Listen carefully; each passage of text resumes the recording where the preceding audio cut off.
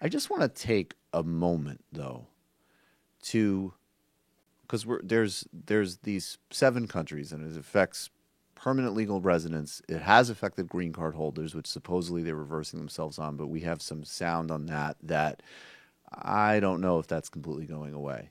And then there's also the specific question about refugees. Now, I see a lot of people online, including people from the thought experiment crowd, suggesting that there's some type of nuance to this conversation about refugees. Okay, let's do a line by line, and I'm going to quote extensively now from this New York Times piece because it's important.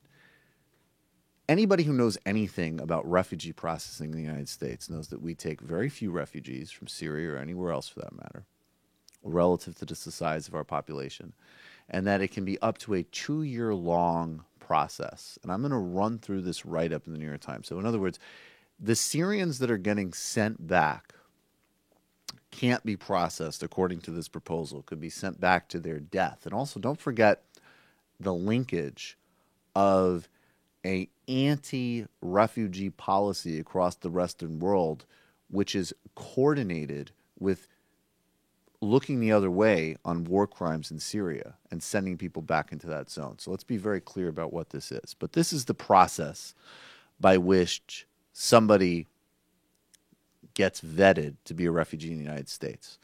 First, they need to register with the United Nations. Then they interview with the United Nations. Then the United Nations, if it goes forward, will grant a refugee status. Then there's referral for resettlement to the United States. So now I'm quoting, the United Nations decides if the person fits the definition of a refugee and whether to refer the person to the United States or any other country for resettlement. Only the most vulnerable are preferred, accounting for less than 1% of refugees worldwide.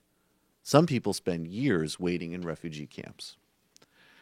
Then they're interviewed with State Department contractors. So if you're worried about, that horrible cuck liberal United Nations, there's real Americans that interview these people too. But I guess I'm sure that the State Department is some type of liberal conspiracy, Al-Qaeda as well. Then there's a first background check after that interview. Then there's a higher level background check for some, then another background check. And this is what this means. The refugee's name is run through law enforcement and intelligence databases for terrorist or criminal history.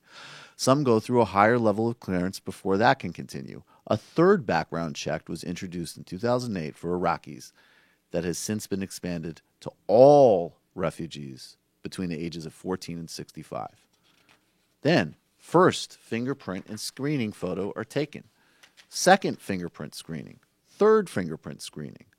The refugees' fingerprints are screened against the FBI Homeland Security database, which contains a watch list of information and past immigration encounters, including if the refugee have previously applied for a visa at the United States Embassy. Fingerprints are also checked against those collected by the Defense Department during operations in Iraq. Case review at United States Immigration Headquarters.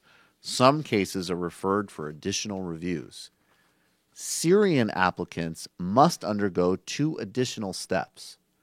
Each is reviewed by United States Citizenship and Immigration Services refugee specialist cases with national security indicators are given to the Homeland Security Department's Fraud Detection Unit. Extensive in-person interview with Homeland Security. Most of the interviews with Syrians have been done in Jordan and Turkey. Homeland Security approval is required. Then there's screening for contagious disease, cultural orientation, match with an American resettlement agency, and then a final security check at an American airport. That's the process they go through now. And that's the process that is apparently so weak and so vulnerable that we need to ban a religious group functionally, impose massive discrimination, and undermine the constitutional stability of the United States. And to be clear, in Europe, which has its own immense xenophobia and rise of far-right parties, and of course, Chancellor Merkel and others were right to take many refugees because many refugees, of course, overwhelmingly are nonviolent, not implicated in acts of terrorism or anything else.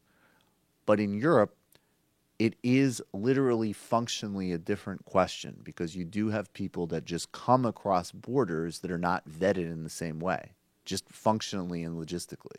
But anybody who could be in a position to come in the United States has gone through that process.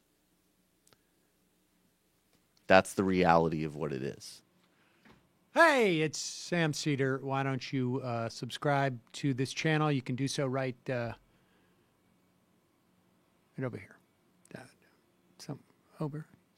Subscribe.